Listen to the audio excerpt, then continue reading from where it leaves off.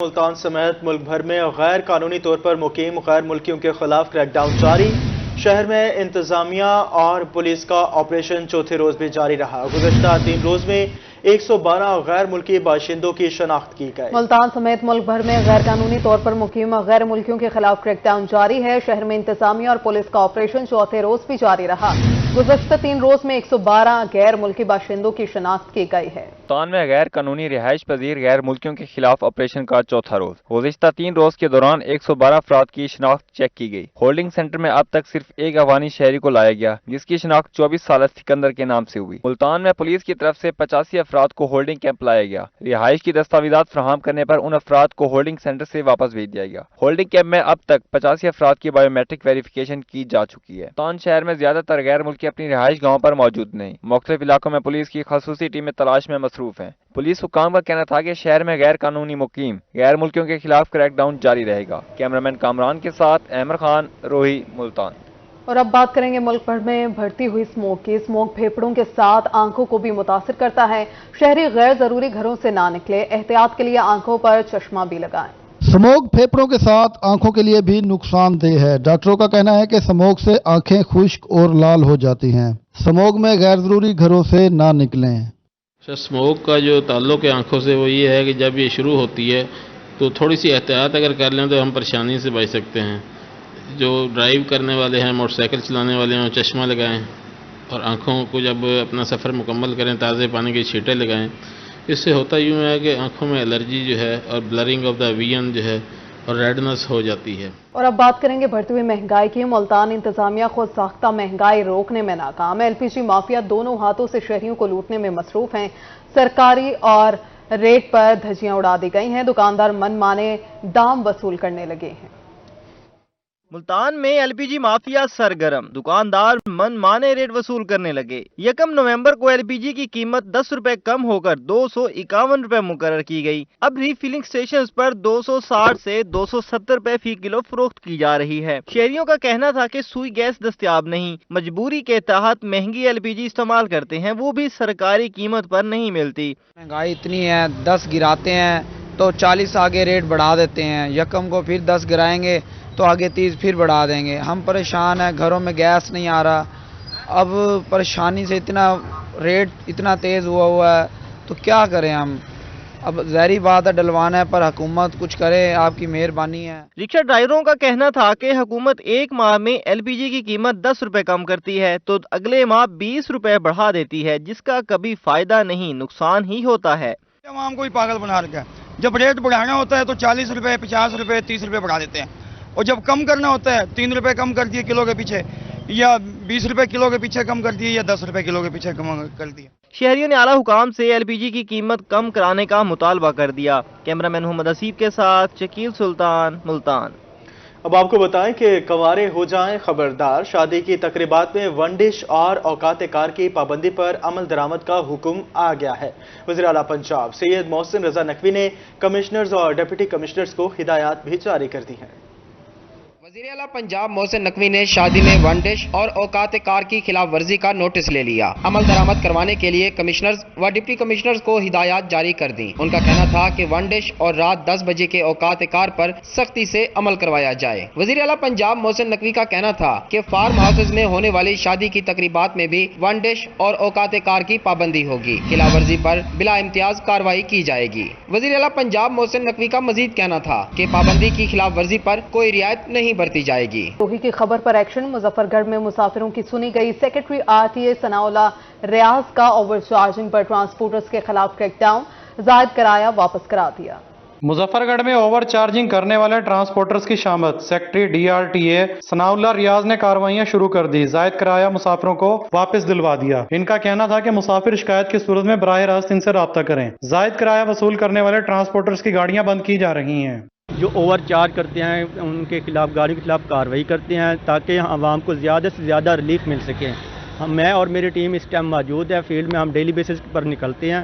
جو گاڑیاں over charge کرتی ہیں ہم کرایہ پیسنجرز کو واپس کروا دیتے ہیں اور ان کے خلاف کارروائی کرتے ہیں، جرمانہ کر دیتے ہیں یا گاڑی کو بند کر دیتے ہیں، اور اس کے علاوہ عوام کو بھی انشاءاللہ ریلیف دینے میں ہم انشاءاللہ دن اور رات کوشاں ہیں۔ सेक्रेटरी आरटीए का कहना था कि इंतजामिया ने फहरिस्तें अवेजा कर दी हैं, इसी हिसाब से किराया वसूल किया जाएगा। गुज़िश्ता 3 रोज में कई ट्रांसपोर्टर्स को जुर्माना किया। उन्होंने मजीद कहा कि धुआं छोड़ने वाली गाड़ियों को भी नहीं बख्शा जाएगा। अब तक 20 गाड़ियों के चालान और 2 गाड़ियां बंद हो चुकी।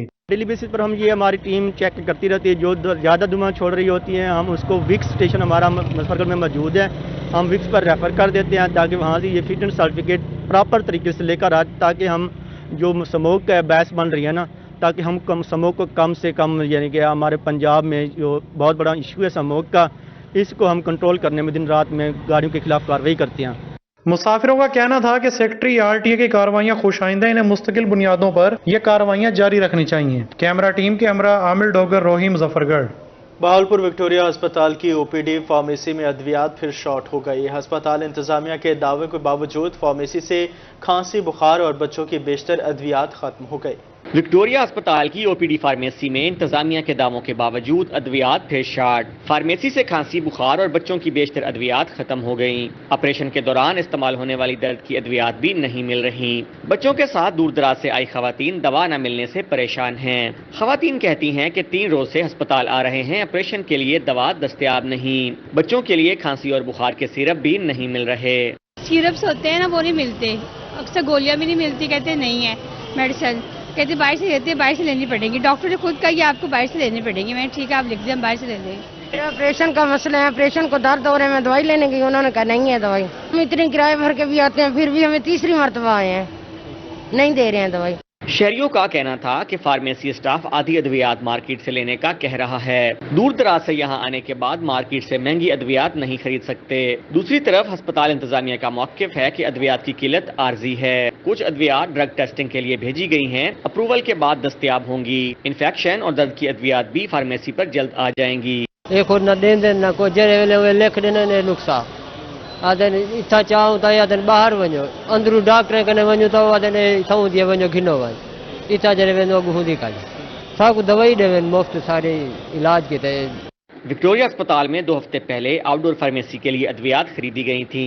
खरीदारी के बावजूद भी अद्वियात का शॉर्ट होना मामूल बन गया है, जिसकी वजह से मरीजों और लवाहिकीन को परेशानी का सामना रहता है। कैमरामैन अकरम शाहीन के साथ ताहिर जोया, रोही, बहावलपुर। अब आपको बताएं, डीपीओ डेरा गाजी खान अहमद मोहिउद्दीन की कोट छुट्टा में खुली कचहरी 150 से जायद साइलिन की दरखास्तों पर फौरी कार्रवाई के लिए हुक्म जारी कर दिया।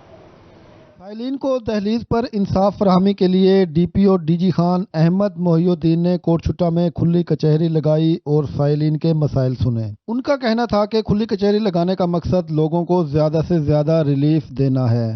पुलिस के ज़ाहिर है जी जब आते हैं तो बहुत से मामलात सामने आते हैं। इसमें ज़्यादा मोटरसाइकिल चोरी और स्नैचिंग है, उस पे हमने 2-3 हफ्ते में काफ़ी कंट्रोल किया।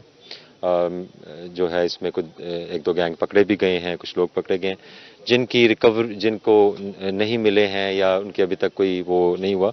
उस पर हम इंशाल्लाह हमने 1 हफ्ते का टाइम दिया, उस 1 हफ्ते में हम इंशाल्लाह उनको रिकवरी देंगे। खुली कचहरी में दुकान का कब्जा वागजार कराने के लिए 1.5 साल से दरबदर की ठोकरें खाने वाली बेवा खातून आबदा परवीन और माजूर समीना बीबी की भी सुनी गई। डीपीओ ने मुतलका अफसरान को दुकान का कब्जा फौरी वागजार कराने और माजूर खातून का मुकदमा दर्ज करने का हुक्म दे दिया। मुतासरा खवातीन का कहना था कि अब उम्मीद है जल्द इंसाफ मिलेगा। दुकान मैंने किराए पे दी थी खलील बज़दार को, जबकि वो अब दुकान का जो उसका वायदा हुआ था वो भी खत्म हो गया, पूरा हो गया।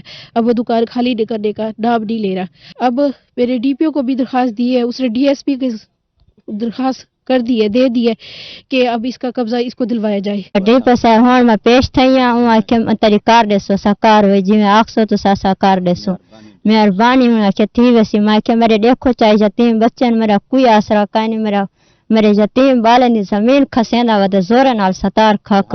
खुली कचहरी में SDPO circle Kotchutta Mohammad Arshad Rind, DSP traffic Imtiaz Changwani, inspector Ali Imran, Ghulam Mujtaba समेत 4 थानों के एसएचओ और तफ्तीशी अफसरान भी मौजूद थे। कैमरा टीम के हमरा राना मोहम्मद सलीम, रोही, कोटछुट्टा। महकमा ज़राअत पंजाब गंदम की काश्त के हवाले से मुतहरिक डिप्टी डायरेक्टर ज़राअत बहावलपुर मोहम्मद इशफाक कहते हैं कि गुज़श्ता साल 7,10,000 एकड़ पर गंदम की बम्पर क्रॉप हासिल की थी।